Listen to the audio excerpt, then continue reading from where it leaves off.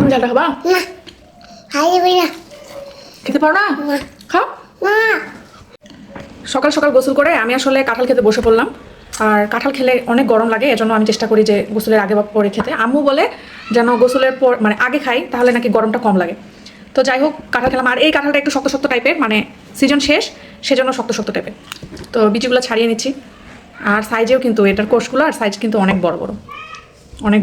কি কাঁঠালের ভিতরে আবারও শেকড়, আমি যেটা কেন পাই আর কেন হয় জানি না। এই যে বিচিটা কাঁঠালের ভিতরে বাগান করতে যাচ্ছিল আমি শিওর, কারণ এই যে শেকড় হয়ে গেছে, দেখতে পাচ্ছেন শেকড় হয়ে গেছে। আর এই যে গাছালের টেক হয়ে গেছে, মানে এটা গাছ ভিতরে ভিতরে কিন্তু গাছ হওয়ার প্ল্যান করতেছিল।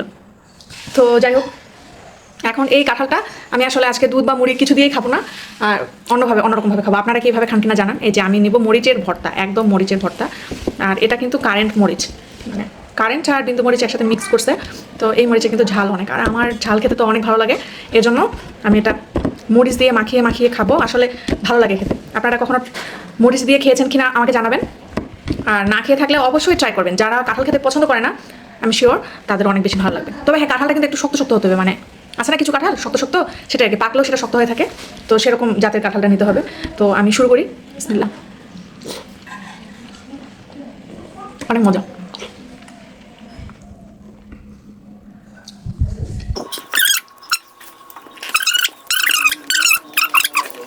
আর খেতে তো আমার অনেক ভালো লাগে। আপনারা জানেন আমি ডায়েট করতেছি।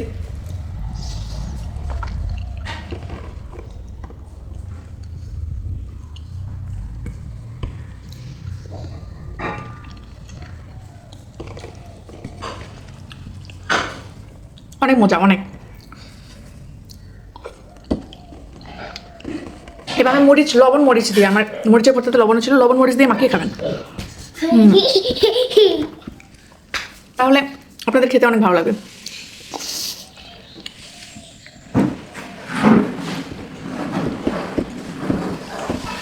অনেক মজা।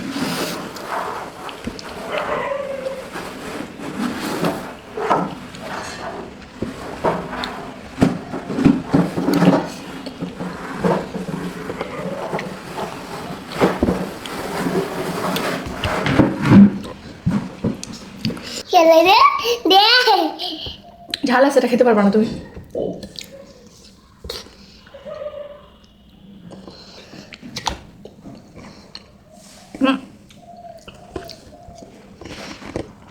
কাঁঠাল খেতে এসেছে, কিন্তু ঝাল দিয়ে মাখাইছিস, সেজন্য খেতে পারবে না। আমি ওকে পরে দিচ্ছি।